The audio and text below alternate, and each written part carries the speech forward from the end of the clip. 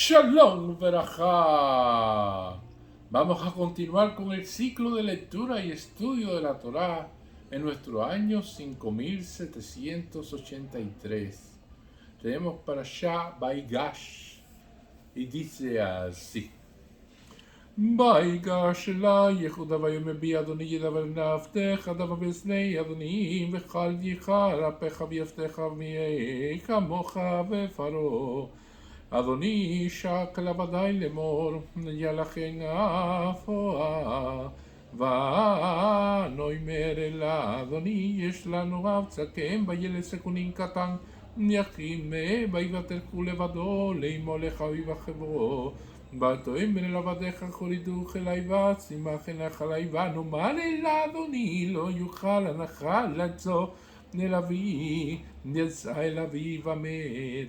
ותאמר אל עבדיך אם לא ירד היכן הכתום יתכן לו תוסיפו לראות פניי ויחי כי חלינו אל עבדיך אבי ונגל אוכל דברי אדוני ויאמר אבינו שבו שברו לנו מעט אוכל ונאמר לו נוכל לרדת ישחינו הקטון איתנו מידינו לא נוכל לראות פניך איש ואחינו הקטון איננו איתנו ויאמר עבדך אביך אלינו אתן ידתן כי ישניים ידה כי אשתי ויצא חם בחיתי ואומר אפטר אפטרה ולא ראית את נתחנה Bol katengan etzen mein panai verachvatzom merodaten el shevati veracha sholaviatag viel chavtecha chavi benachal enenu chitanu benasho kashura benasho bechaya kiroto כי אין הנחל במה וחרידו עבדיך אל שבע עבדיך אבינו ויגום שאלה דיעבדך אחרך אל הנחל מאין אבי לאמור אם לא חווינו נלך ויתרתי לך וכל הימים ואתה יששנה עבדיך תחה נחל אל אדוני מהנחל יחלי נחי ואיך לך חביב ינחל איננו ייתן איתי פן ארם ברח אשר יצח אל אבי ולא יכול יוסי להתאפק בלכל הניצבים עלי ויקרח הוציאו כל איש ניאלה ולוחמה אישיתו וכי ודאי יוסך אל החי ויתן אל כלא בבני וישמו מצרים וישמע בית פרעה.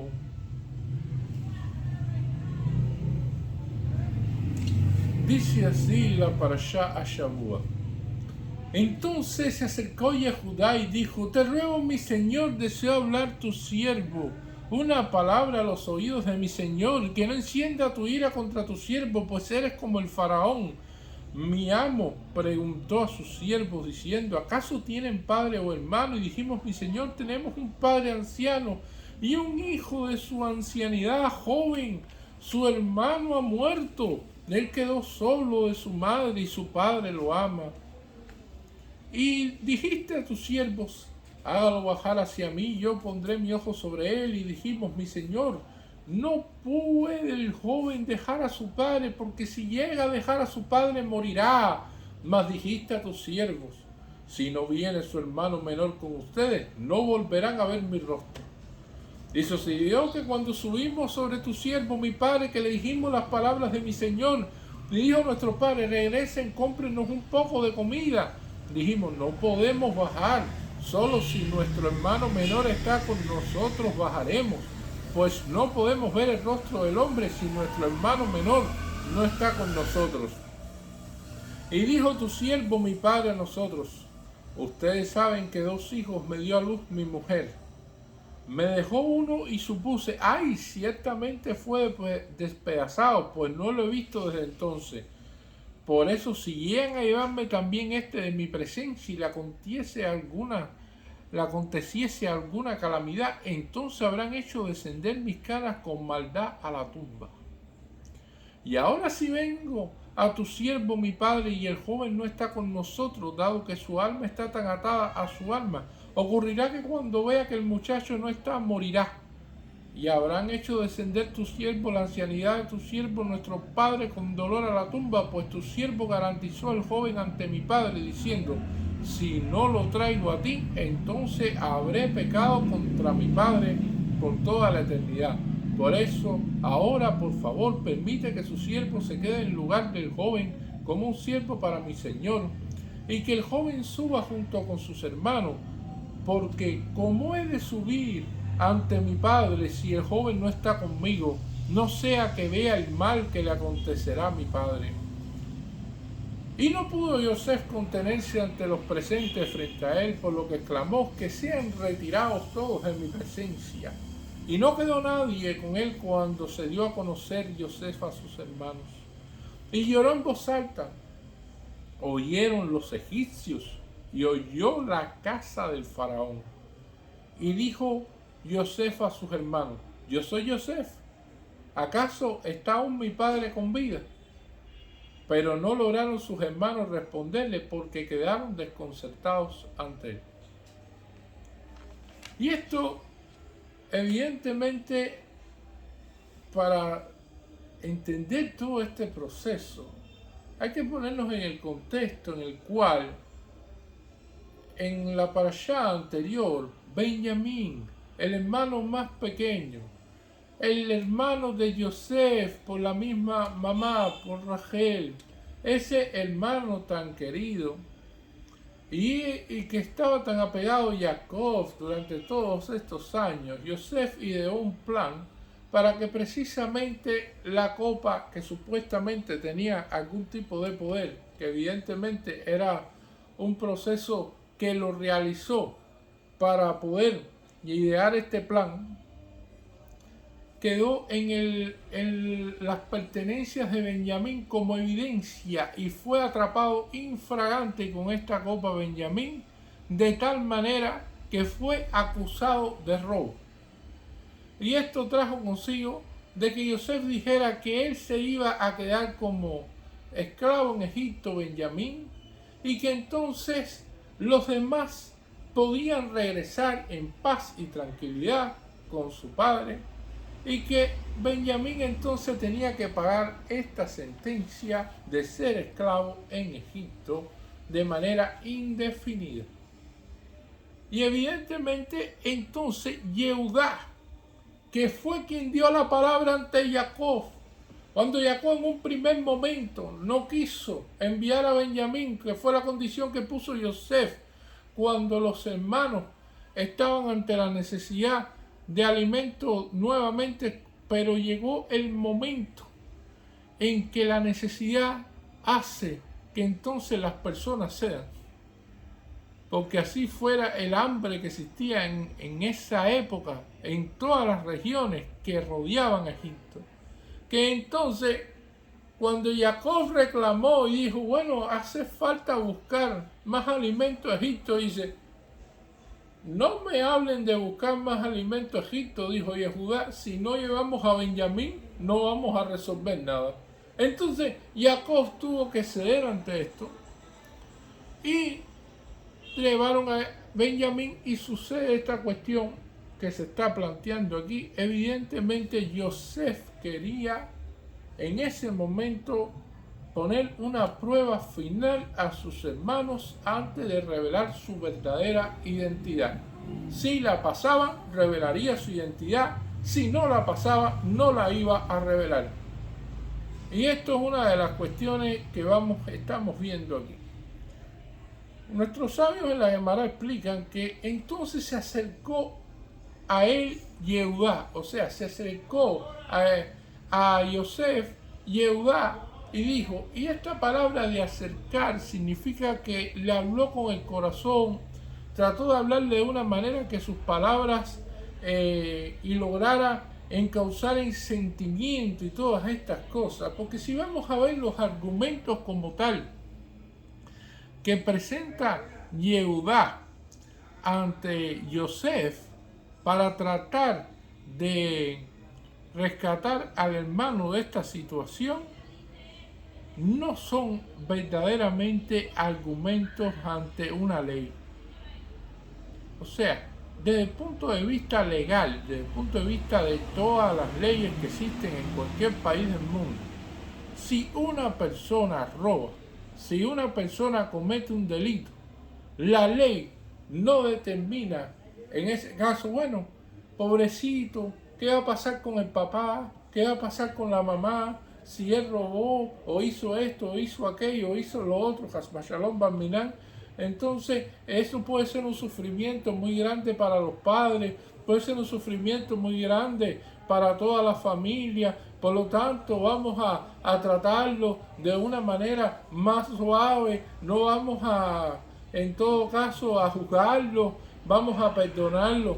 No, porque sencillamente cuando un sistema legal te juzga, está juzgando en blanco y negro cuáles son los hechos, cuáles fueron lo que se pueden decir las pruebas que existen sobre lo que se está planteando del delito que se acometió. Aquí es irrefutable, se encontró la copa en las pertenencias de Benjamín. Por lo tanto, no existe ninguna forma de refutar eso. Entonces, el plano sentimental en el proceso de las leyes, como lo dice la Gemara, ¿qué le interesa al juez como tal este plano? Y los rabinos y las distintas cuestiones que hablan, que es bastante crudo y es la realidad, es que al juez no le interesa el plano sentimental en estas cuestiones. Cuando se juzga en un tribunal, las cuestiones son de acuerdo a lo que dice la ley. Y que de acuerdo a lo que dice la ley, entonces es como se juzga a la persona sin determinar algunas cuestiones. Y entonces la fuerza que tiene este Yehudá en ese momento, la fuerza que él tiene, es que inclusive argumentos que pudieran ser desde el punto de vista parcializado, desde el punto de vista subjetivo, para un tribunal o para un juez, que pudiera ser las cuestiones sentimentales o todas estas cosas, es tanta el deseo que él tiene de que liberen a Benjamín, es tanto que él está dispuesto a ofrecer su vida, está dispuesto a ofrecerse como esclavo, está dispuesto a entrar en guerra con José, está dispuesto a entrar en guerra con todo Egipto y está dispuesto a hacer cosas que generalmente las personas no están dispuestas. O sea, en ese momento Yehudá va todas contra todas. O sea, la opción es todo tipo de sistema, ya sea desde rebajar al padre como siervo inclusive de Yosef, y decir que el padre es siervo de Yosef, él es siervo, todos son siervos, y que lo perdone, y todas estas cosas, hasta abiertamente entrar en una guerra con todo Egipto. Sencillamente por esta cuestión. Y esto ya es una parcialización de las cosas, y esto es algo que los rabinos hablan de que cuando las personas defienden las cosas de una manera muy pasional, cuando defienden las cosas de una manera se pudiera decir, con tanto sentimiento, muchas veces la pasión nubla la razón. Y puede ser que en determinado momento, puede ser que en determinada situación, los argumentos no sean precisamente los más válidos. Y es una de las cuestiones que lo dan como explicación aquí de por qué entrar tanto en el detalle de la cuestión de todo lo que él dijo y el daño que le iba a hacer al padre. Otra explicación que también da la Gemara cuando entra en esta cuestión es de que Yosef varias veces en sus encuentros con los hermanos siempre preguntaba por el padre. De alguna manera, preguntaba por el padre. Y Yehudá, viendo esto, de manera inteligente, dice, si a este le interesa preguntar por nuestro padre, que no sabía que era el mismo padre, no sabía la identidad, para él era, como lo dice aquí, eres como el faraón. Entonces él dice, bueno, si déjame decirle que esto al Padre nuestro nos va a afectar, porque si le ha preguntado por nuestro Padre, significa que le interesa el Padre, o le interesa el bienestar del Padre, y entonces por lo tanto voy a utilizar esto como argumento. Esto es una de las cuestiones que tienen, por ejemplo, los vendedores que saben vender, la gente que tienen prosperidad en esto, que ven que una persona pregunta y entonces dice, bueno, ¿y cuánto vale esta tela? Porque yo quiero la tela que sea más blanca. Y entonces el vendedor dice, no, esta es la más blanca que vas a encontrar aquí. No, pero yo quiero que no sea tan elástica. Y la toma y dice, no, no, no es tan elástica. Es más, es semi-elástica, pero no es completamente elástica. Y si dice que es elástica, no, esta es la más elástica que existe. O sea, el vendedor trata siempre de buscar qué es lo que quiere el comprador y exactamente tratar de encaminarlo con la mercancía diciendo las palabras correctas. Y eso es saber vender, porque precisamente va en su proceso haciendo esto. Como Yosef estaba interesado en el padre de alguna manera, porque había preguntado por él, entonces Yehudá encamina sus argumentos con respecto a cómo se sentiría su padre con respecto a esta cuestión. Y entonces la pregunta esta que dice, no puedo, ¿cómo puedo verle yo la cara a mi padre si no regreso con Benjamín? Nuestros sabios nos preguntan eso muchas veces y aparecen explicados en muchos libros con respecto a cuando la persona deja este mundo, cuando tenga que verle la cara a Shem. Y cuando llegue al juicio celestial, le van a preguntar, bueno, ¿y qué hiciste tú por la educación de tus hijos? ¿Y qué hiciste tú por la cuestión de hacer de que el judaísmo vaya ledórbado? Y esto es un elemento fundamental y una pregunta que se nos va a cada uno de nosotros a realizar. Y entonces cada yehudí tiene que pensar que nosotros vamos a trabajar desde ahora en este mundo y desde siempre, como lo han hecho las generaciones anteriores, en que cuando nos lleguen a hacer esa pregunta, nosotros decir, bueno, yo no puedo ni mirarle la cara a Shem Shalom porque yo no hice nada por la educación, yo no hice nada porque los hijos siguieran el judaísmo, yo no hice nada por esta cuestión. Porque como está escrito, de acuerdo a la Gemara también, nos lleva en que Yom Kippur, el día en el cual es el Yom Adin, el día en que cuestiones que tienen que ver específicamente con el sellaje del veredicto en el cual fue elaborado en Rosh Hashanah y es sellado en Yom Kippur, en ese día tan sagrado, en ese día en el cual las personas se comportan como ángeles, en ese día en que obtuvimos un perdón, evidentemente, por los errores cometidos en el pasado. Entonces, en ese momento, la persona puede en Yom Kippur pedir tres cosas.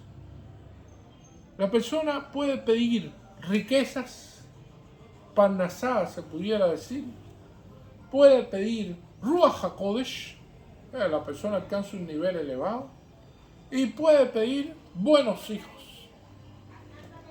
Y entonces no puede pedir las tres cosas al mismo tiempo. O pide una o pide la otra, o una de esas tres opciones. Entonces, lo que sucede es que cuando a muchas personas se le han hecho estas preguntas, las personas generalmente escogen parnasá.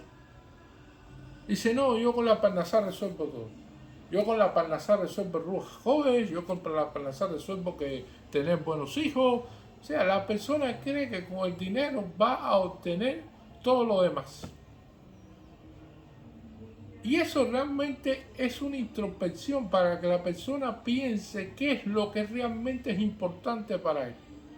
Si lo importante es el dinero, si lo importante es la persona en sí que llega a un nivel alto de que sea un cabote elevado, que tenga un Roja Kodesh, de que sea un gran jaján, todo esto, o de que la persona quiere que los hijos continúen sus caminos de sus abuelos, de sus padres, y que entonces sea un buen judío. ¿Cuál es la prioridad que tiene la persona sobre su vida, sobre lo que desea? Y entonces poco contesta esta cuestión de tener buenos hijos. Y esto es uno de los elementos fundamentales por los cuales nosotros hacemos muchas de las cosas en las cuales estipularon nuestros sabios de transmitir y de educar a cada uno de nuestros hijos y decirle de obrador de generación en generación, para cuando tengamos que verle la cara a Hashem, cuando ya no formemos parte de este mundo. Entonces, en ese momento poder decir, bueno, sí, hicimos todo lo que pudimos, a lo mejor podíamos haber hecho más, pero no nos quedamos con las manos cruzadas. Y entonces esto es un elemento fundamental que vamos a ver aquí con respecto a esto. Nosotros vamos a ver, y lo dice la Gemara, de que hay dos tribunales. Hay un tribunal en el cielo donde estas cuestiones sí pueden ser juzgadas con todos los sentimientos, con todas las cuestiones desde el punto de vista de eso, porque eso así es como juzga un rey. Y esto es una cuestión interesante. Y en la cuestión de Lemata, o sea, los tribunales aquí en el Bedín Shelmat, o sea, el Bedín de aquí abajo del Olam Hazé, de este mundo, el mundo terrenal, vamos a ver que está hecho por leyes, y estas leyes pueden determinar y no entran tanto en los sentimientos de las personas. Ponemos un ejemplo. Una persona llega y hay un semáforo con la luz roja y se lleva la luz roja. Viene un policía y entonces le va a infligir una multa. Ahora, hay una persona que se lleva el semáforo de luz roja Dafka. O sea que dice, mira eso, la luz roja, pero a mí no me importa, yo me la voy a llevar, yo voy hacia adelante, y se lleva la luz roja. Y entonces se la llevó porque se la tenía que llevar, porque precisamente era un deseo de que él tenía y quería infligir la ley de todas formas y de todas. Y el policía lo paró y le aplicó la multa. Y hay una persona que tiene, por ejemplo, un problema en la cabeza, que entonces está preocupado, tiene 20 situaciones, y entonces está llevando, por ejemplo, en el carro a una persona al hospital que necesita llegar rápido porque necesita en ese momento llegar, y no se da cuenta y se lleva la luz roja. Y entonces el policía igual le pone la misma multa. Ahora la pregunta sería, las dos personas están en la misma situación. Uno se la llevó porque sencillamente no quería respetar las leyes del tránsito. Otro se la lleva porque sencillamente el problema que tiene, la necesidad que tiene de llegar al hospital por un problema de picúa nefesh, de que hay peligro para la vida y todas estas cuestiones, se la lleva. Pero al final la multa va igual para los dos. Porque así funciona la ley de Olam Hazé en el Bedín Shelmat, el Bedín de aquí abajo. Pero ahí arriba, donde juzga a Kadosh Baruj Hu, no juzga igual. O sea, juzga con el sentimiento, juzga con los motivos, con las cuestiones y los pensamientos internos de cada uno de nosotros. Y entonces nosotros vamos a ver esto. ¿Qué es lo que sucede aquí y qué es lo que puede discernir en este momento? Y nos hablan nuestros sabios con respecto a esto. Yosef es un virrey en Egipto. Yosef tiene casi el mismo poder que un faraón. Cuando él le dice, pues eres como el faraón, o sea, tiene poder de decisión, y un poder que solamente era el faraón quien podía estar por encima dentro de la cadena legal desde el punto de vista establecida dentro de la ley egipcia, y entonces eso significaba de que reinaba en Egipto, virrey, reina en Egipto. Y no es lo mismo un rey que un juez, porque el juez juzga por las leyes, pero un rey puede indultar a una persona que cometió cualquier delito y lo puede indultar, porque un rey no juzga por las leyes, juzga por el sentimiento y juzga por sus creencias. Por lo tanto, cuando una persona se convierte en rey y cuando tú le impones un caso a un rey, entonces en este caso el sentimiento y todas estas cuestiones sí pueden hacer el efecto necesario. Y entonces esa es la respuesta que le hace la Guemará, los rabinos, cuando lo discuten con respecto a aquel que tiene que ver la justicia con el sentimiento en este caso, porque es que Yosef no era un juez, el juez no, el juez es un tribunal, el tribunal está a nivel municipal, a nivel provincial, a nivel nacional, y tiene un ministro de justicia, y ese ministro de justicia responde a un parlamento, y ese parlamento, pero un rey está por encima de todo eso. Y tal es así que inclusive en las democracias y en los sistemas modernos que existen, se puede indultar a las personas. Nosotros hemos visto en procesos y en noticias de indultos presidenciales, de que un presidente de un país indulta a una persona y esa persona cometió un determinado delito y está demostrado de que cometió el delito y está juzgado y está sentenciado. Y entonces, ¿por qué lo hizo?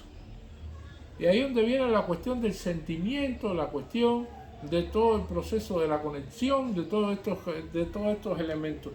Y entonces es ahí eso lo que utiliza Yehudá precisamente como argumento. Y por eso habla con el corazón y se acerca a Yosef, contándole todo esto para penetrar en el corazón de Yosef y al mismo tiempo poder decir sus argumentos y dar a entender también de que está dispuesto a todo. Por eso, cuando sucede esta cuestión, ya Yosef se da cuenta de que ellos hicieron teshuvá, porque está dispuesto a ser esclavo, está dispuesto a enemistarse con todo Egipto, están dispuestos a todo. Y entonces significa de que no van a dejar bajo ningún concepto a Benjamín ahí solo en Egipto. Y entonces Yosef entiende de que sus hermanos pasaron esta prueba con creces, de que sus hermanos hicieron teshuvá, de que se cumplió todas las cosas como él las había soñado en aquel sueño, todas estas cuestiones, y que todas las cosas han sido por este camino. Y esto es una cuestión interesante. Y dice, y no pudo Yosef contenerse ante los presentes frente a él, por lo que exclamó, que sean retirados a todos de mi presencia, y no quedó nadie con él cuando se dio a conocer Yosef a sus hermanos. Y lloró en voz alta, oyeron los egipcios y oyó la casa del faraón. Y yo no sé, pregunto, bueno, si no pudo contenerse Yosef ante los presentes, por lo que exclamó que sean retirados todos ante su presencia, y esto significa que fueran retirados todos los egipcios y se quedaran él con sus hermanos, es una de las explicaciones de Rashi, para no avergonzar a los hermanos. Entonces, ¿cómo fue que oyeron los egipcios? ¿Cómo oyó la casa del faraón? Y es que los egipcios estaban atrás de las puertas escuchando todo lo que pasaba, porque sencillamente cuando usted dice algo y cuando un secreto ya lo saben 3 personas, ya no es un secreto, ya lo sabe el mundo entero, y más hoy en día en las redes sociales y todas estas cuestiones. Por lo tanto, cuando él habló, cuando él articuló, ya todos los egipcios que estaban atrás de las puertas, que habían sido sacados de ahí, y que ya fueron y escucharon detrás de las puertas y fueron al faraón y le dijeron, oye, los hermanos estos son hermanos de Joseph, este fue el hijo que fue vendido como esclavo. O sea, todo eso llegó inmediatamente a oídos del faraón. Esto es una de las cuestiones interesantes que va a traer la Parashá Ashavua. Y entonces lloró en voz alta, y oyeron los egipcios y oyó la casa del faraón. Y viene la pregunta, y le dijo Yosef a sus hermanos, yo soy Yosef, ¿acaso está aún mi padre con vida? Ahí está la pregunta. ¿Acaso está aún mi padre con vida? Y esto es una de las cuestiones que deja perplejo también a las personas. Primero, porque sencillamente cuando vemos esto, está hablando Yehudá en todo momento de que el padre se va a sentir muy mal si no llevan a Benjamín, toda esta cuestión. Da todos los argumentos de que entonces, pobrecito el padre, que si va a ver que si regresan y Benjamín no están con ellos, se va a sentir mal. Entonces, si Yehudá dijo eso, Yosef tiene que preguntar después que dice Yosef si el padre está con vida. Y eso significa una cuestión. Una vez que usted dice una mentira, ya después que la gente se da cuenta de que es mentira, cuando diga una verdad, nadie le va a creer. Porque sencillamente ya está dado como mentiroso. Y esto es una de las cuestiones que sucede en la vida. Los argumentos de Yehudá, cuando usted lo analiza, todo habla de un padre que está con vida, de que en el cual, si no llevan a Benjamín, va a morir. Y entonces Yosef no le cree y le dice, yo soy Yosef, ¿acaso mi padre sigue con vida? Como diciendo, me mentiste, porque tú mentiste de que yo me habían matado un animal salvaje y llevaste las ropas mías cubiertas de sangre. Entonces, como tú eres un mentiroso, déjame entonces preguntarte, ahora que tú sabes quién soy yo, ¿cuál es la cuestión de que si mi padre sigue con vida verdaderamente? Y esto es una de las cuestiones interesantes que va a traer aquí. La otra cuestión es que le dio el castigo más duro que pueda tener una persona. El contraargumento de manera absoluta. Porque precisamente toda la defensa que hace Yehudá es que, ¿cómo yo puedo mirar a mi padre si llego sin Benjamín? ¿Cómo yo puedo ver a mi padre si pobrecito Benjamín no llega conmigo? Y si cómo tú pudiste ver a tu padre cuando tú me vendiste a mí como esclavo. ¿Cómo tú pudiste llegar a nuestro padre con la ropa mía manchada de sangre y decirle, ¿reconoces de quién es esta ropa? ¿Tú reconoces de quién es esto? Con el mismo argumento. Fue su contraargumento. Y eso es irrefutable. Por lo tanto, la expresión dice después, pero no lograron sus hermanos responderle porque quedaron desconcertados ante él. ¿Qué podrían responder en ese caso? Así existió, por ejemplo, el rey David. El rey David le gustaba a una mujer judía que se llamaba Bathsheba y mandó al esposo a la guerra precisamente para poder casarse con ella, para que el esposo muriera en el frente de batalla, Urías Haití. Y entonces vino en ese momento el profeta y le dice, bueno, ¿qué sucedería si una persona rica que tiene, por ejemplo, 1000 corderos, y esta persona que tiene 1000 corderos, que es una persona que un rebaño grande, tiene de todo, tiene al lado un vecino que tiene un solo cordero. Y entonces vienen los amigos un fin de semana a la casa. Y entonces el rico dice, mira, yo tengo 1000 corderos, pero no quiero perder ninguno. Voy a robarle el cordero al vecino de al lado, que tiene uno solo, que es pobre. Y entonces vamos a comernos ese cordero del hombre pobre. Y al otro día el hombre pobre ya no tiene el cordero como tal. Y entonces el vecino sigue teniendo rico los 1000 corderos intactos. Y los otros hombres comieron de ese cordero que fueron amistades invitadas el fin de semana allí. Y le pregunta al rey David como rey, ¿qué se haría con respecto a un hombre que hizo eso? Y el rey David dice, no, ese hombre hay que condenarlo a muerte.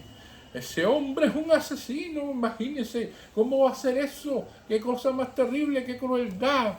Va a matar un cordero como tal y entonces va a dárselo a los otros, a los amigos y todo esto. Y entonces, además de robarle, ha dejado a ese hombre sin comida. Ese hombre va a morir de hambre porque no va a tener nada con qué alimentarse. Y entonces imagínense, ¿qué es lo que va a pasar? Y entonces le dice el profeta, le dice, bueno, ¿y qué has hecho tú? Y entonces el rey David se quedó así. Porque tú pudiendo tener por la ley hebrea 18 esposas, vienes a quitarle la esposa a uno que solamente tiene una esposa.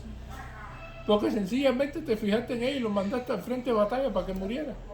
Entonces, ¿de qué estamos hablando aquí? El argumento que se convierte en contraargumento.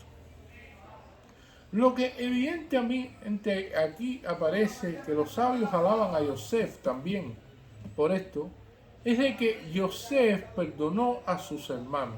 Y esto no es algo sencillo. Pero Yosef lo hizo porque Yosef supo de que todas las cosas que suceden en este mundo, Dios tiene su mano puesta en él. Y si fue vendido para Egipto y llegó esclavo allí y llegó a ser virrey y se sucedió todas estas cosas, la mano de Dios siempre estuvo ahí. Y Dios lo protegió y lo convirtió en la personalidad que es aquí en esta parashá Shavua, que es virrey de Egipto, que pudo proveer a la familia de todas las necesidades, de que pudo como tal reinar en un país extranjero y llegar a esa posición. Y entonces en ese momento se dio cuenta de que todas las cuestiones dependen de Hashem. Nosotros por eso siempre decimos Bezrah Hashem, con la ayuda de Dios, porque todo depende. Una cosa es lo que uno cree y otra cosa es el plan que tiene Hashem para cada uno de nosotros. Porque precisamente no siempre las cosas van a suceder como uno quiere que suceda o como uno cree que puedan suceder. Y las personas entonces empiezan a enemistarse con los otros y empiezan a buscar culpables en esto y empiezan a buscar en aquello y empiezan a hacer esto con aquello.